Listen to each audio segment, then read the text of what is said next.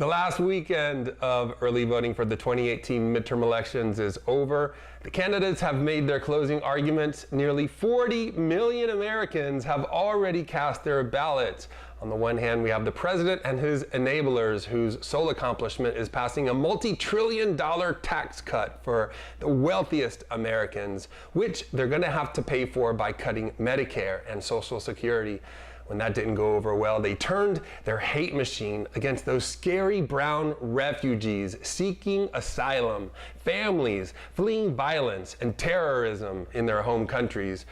If you don't want America to be run over by masses of illegal aliens and giant caravans, the president said at a campaign rally in Missouri on Thursday, you better vote Republican. It's comments like these that led to 3 right-wing terror attacks in 1 week, including the worst attack against American Jews in history.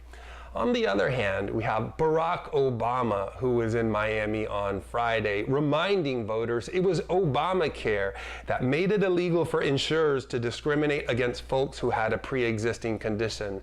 He was here stumping for Andrew Gillum, who's running on expanding Medicaid so that 800,000 Floridians can get health care coverage.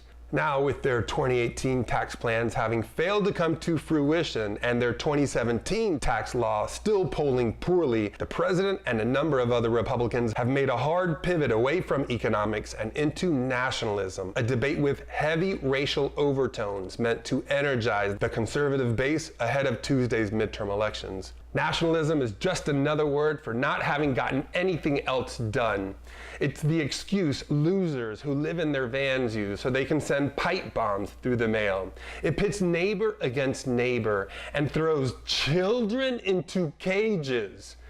I'm hopeful that out of this political darkness, I see a great awakening of citizenship all across the country, President Obama said in Miami.